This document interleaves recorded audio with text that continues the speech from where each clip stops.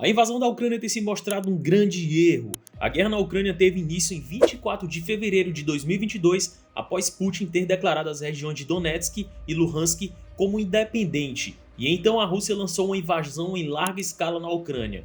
Essa é a maior guerra convencional na Europa desde a Segunda Guerra Mundial, porém se difere dos outros movimentos militares do presidente russo Vladimir Putin, como os que já foram feitos na Chechênia, Geórgia e Crimeia. Mas a invasão ucrânia de Putin é realmente um erro? Ou somos todos culpados de cair na propaganda ocidental, como a russa alegaria? Obter boas informações sobre a invasão em andamento da Ucrânia é difícil, o que torna igualmente difícil tirar conclusões. Guerras são coisas muito dinâmicas e o que começa incrivelmente bem pode terminar em desastre.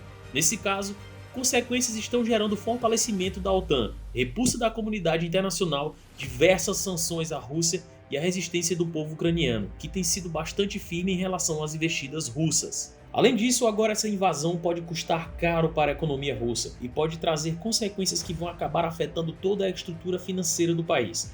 Para entender melhor, vejamos como foi a ascensão ao poder de Vladimir Putin.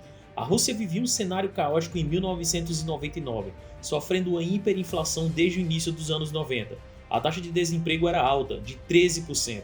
E também havia uma crescente desigualdade social e o endividamento público devido aos empréstimos com o FMI, de 143% do PIB russo.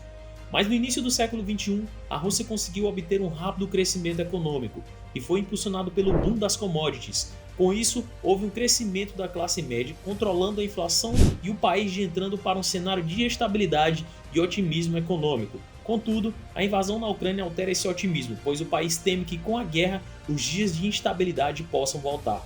Desde a queda do presidente ucraniano pró-russa Viktor Yanukovych, em 2014, as relações russas com a Ucrânia são extremamente hostis. A Ucrânia tem expressado abertamente a vontade de se juntar à União Europeia e à OTAN, se aproximando mais do Ocidente. Putin cita a ampliação da OTAN para o leste europeu após o fim da União Soviética, e para ele essa aproximação pode se tornar uma ameaça. O líder russo já havia feito o mesmo com a Geórgia em 2008 e a antiga região ucraniana da Crimeia em 2014. Então, essa invasão da Ucrânia não é uma novidade. Porém, agora um conflito é entre as duas maiores nações da Europa em termos territoriais. Mas Putin subestimou fortemente a força, a coragem e a união do povo ucraniano. A resistência ucraniana não foi apenas mais dura do que o previsto, mas também melhor equipada, abrindo para a possibilidade desse conflito se estender por algum tempo, o que traria altos gastos militares, sendo um ponto muito negativo para a Rússia. Esse cenário também pode desgastar Putin politicamente, pois a Rússia recebe o título de vilã, com protestos condenando a comunidade internacional, o pedido de paz por diversas personalidades russas, além de que os oligarcas russos que controlam a economia russa podem ter suas fortunas fortemente afetadas com as sanções do Ocidente, enquanto a Ucrânia e seu presidente recebem admiração e aclamação mundial. Olha aí a Ucrânia aí se sobressaindo na história, tá vendo?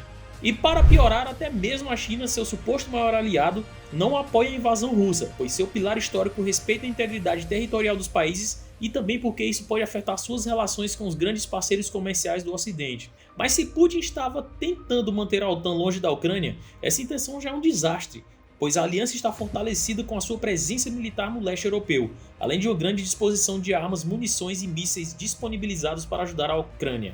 Além disso, com a invasão da Ucrânia e a mensagem de que os membros da Aliança Atlântica só irão agir militarmente em caso de invasão de outro membro, Putin fortaleceu muito a OTAN, pois países como Suécia e Finlândia podem querer garantias de segurança se juntando à aliança militar, e mesmo que eles se tornem membros, já estão fortalecendo suas relações nos últimos anos devido à constante posição agressiva de Putin.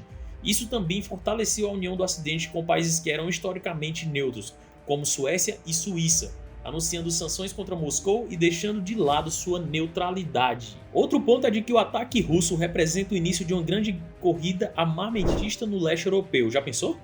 Uma corrida que dificilmente a Rússia será capaz de ganhar, pois a disputa está entre as economias muito mais ricas e com tecnologias mais modernas, apesar do forte poder militar russo. A ameaça de uma guerra ainda maior já está fazendo com que países aumentem os gastos militares. A Polônia, por exemplo, pretende dobrar o número de soldados, e a Alemanha, que irá bater a meta da OTAN e destinará 2% do seu PIB para fins militares. E também, além das questões militares e geopolíticas mencionadas aqui, surgiram alguns problemas econômicos, pois a Rússia não pensou que a reação global seria tão coordenada como está ocorrendo. Também temos a questão em relação às sanções. Após a invasão da Crimeia em 2014, começaram as sanções contra a Rússia. Olha, a Rússia aí não tá legal para eles não, né? Essas sanções e a queda do preço do petróleo foram as principais razões para o mau desempenho da economia russa, que desde então cresceu apenas uma média de 0,8% ao ano, e o valor do rublo russo caindo 78% em relação ao dólar, além de que investimentos diretos caíram pela metade.